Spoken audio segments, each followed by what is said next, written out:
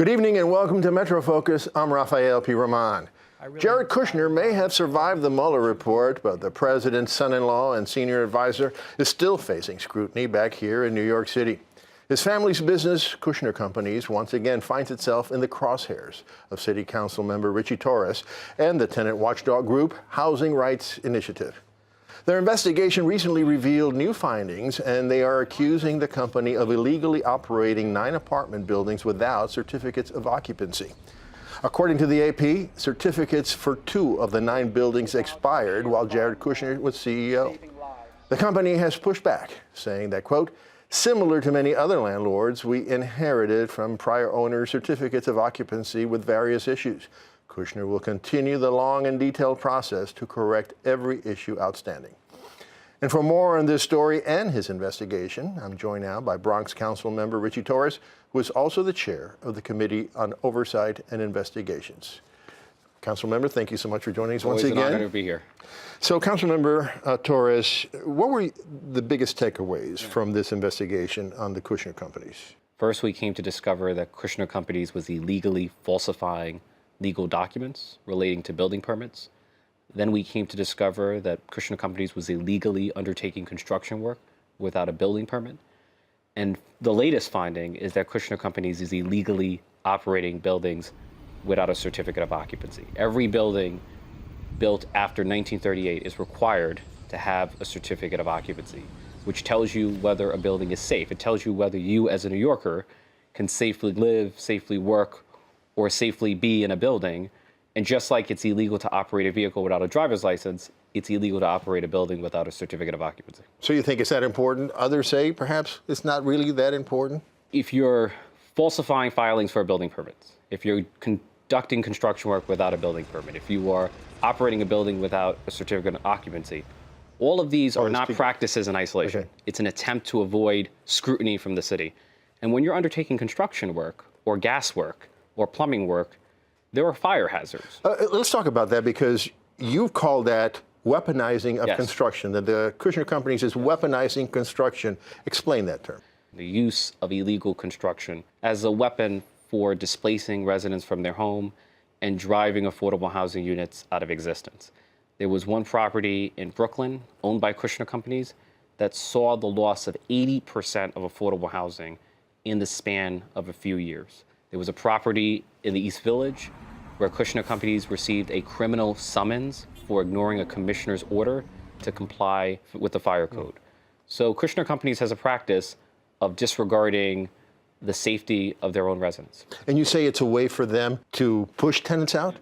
It's a way to escape scrutiny from the city and displace residents in favor of higher income residents who will deliver more profits for Kushner Companies. Okay. So they're effectively profiteering from the destruction of affordable housing.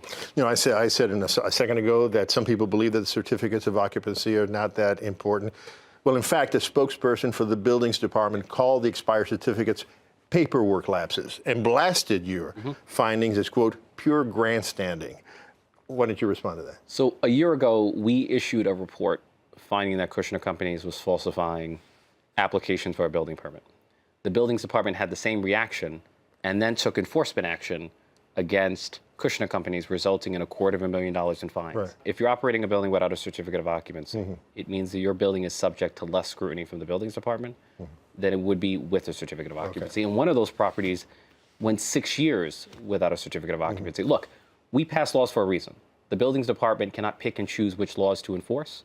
If we as a city require every building in New York City to have a certificate of occupancy, then the buildings department has an obligation to apply the law. No one's above the law, not even the son-in-law of the President of the United States. Some people suggest that you are targeting him because he is the son-in-law of the President. The fact is, as a result of our report, the buildings department issued $250,000 against Kushner Companies.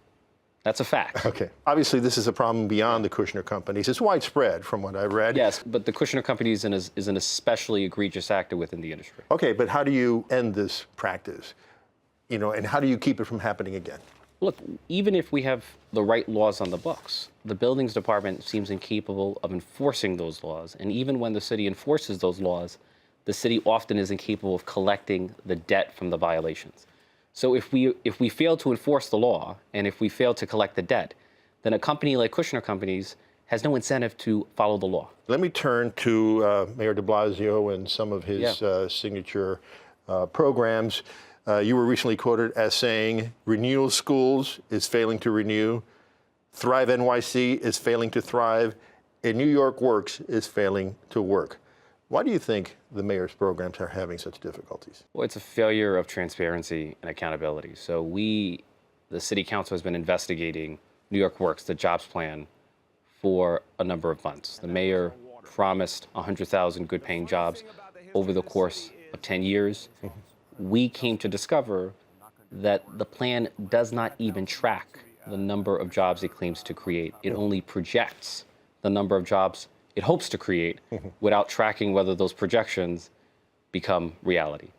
The mayor claimed that he created 19,000 jobs, but when I cross-examined the president of EDC, the Economic Development Corporation, the administration admitted to only creating 3,000 jobs. And that's So after having spent $300,000. $300 million. $300 million, I'm sorry. So even though the administration is counting 19,000 jobs, it has only created 3,000. And even though the administration has spent $300 million, it has only created 3,000 in the course of 2 years. The mayor promised 100,000 over the course of 10 years, yet he's only created 3,000 in 2 years. At that rate, we will only have 18,000 jobs in 10 years, not 100,000 as the mayor promised. All right. And real quickly, Thrive NYC, it's got a lot of criticism. And how do you respond? I think without tracking the real world impact of these programs, we have no way of knowing whether Thrive is actually thriving or New York Works is actually working. My greatest criticism of Thrive NYC is that it neglects one of the most serious problems affecting our society, the severely mentally ill. Severe mental illness is one of the root causes of chronic homelessness, chronic opioid addiction, chronic over-incarceration. Yet Thrive NYC largely ignores the most severely mentally ill people in our society who are often left to die on our streets or languish in our shelters, subways, and jails. That's morally wrong. Bronx Congressman Jose Serrano recently announced that he was stepping down because he has Parkinson's disease. You have said in the past that you may be interested in that office. Are you going to run? There's a time and a place for politics, and it's tragic that Congressman Serrano is struggling with Parkinson's. It's worth noting that Congressman Serrano is the longest service Latino in the history of Congress. So he's an icon, and we should celebrate his legacy. And I hope to be part of the next generation of young leaders who follows in his footsteps. All right. Councilmember Torres, thank you so much for joining us today. It's an honor to be here.